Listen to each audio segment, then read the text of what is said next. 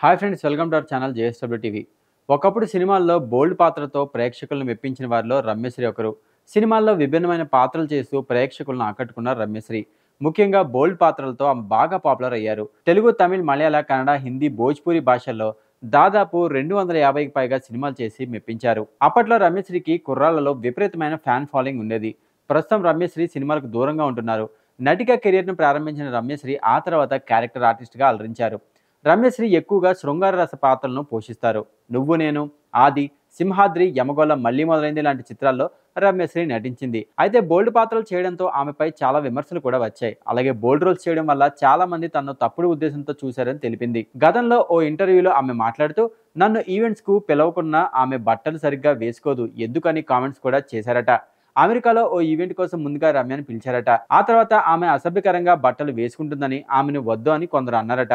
ఆ తర్వాత కొంతమంది బట్టల్లో ఏముంది, ఇక్కడ మనం వేసుకోవడం లేదని సపోర్ట్‌గా మాట్లాడి తనను ఇన్వైట్ చేశారని తెలిపింది.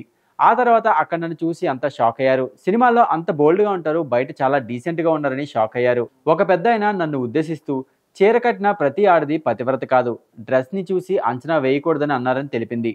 అలాగే తనకు బి గ్రేడ్ సినిమాలో నటించమని ఆఫర్స్ కూడా వచ్చాయని తెలిపింది. నీలి చిత్రాల్లో నటించమని నాపై చాలా మంది ఒత్తిడి తెచ్చారు. నేను అలాంటి సినిమాలు చేయనని గట్టిగా వాదించాను. సినిమాల్లో దర్శకులు చెప్పారని పొట్టి బట్టలు వేసుకుంటాను, అంత మాత్రాన అలాంటి సినిమాలు చేయను అని అన్నారు రమ్యశ్రీ.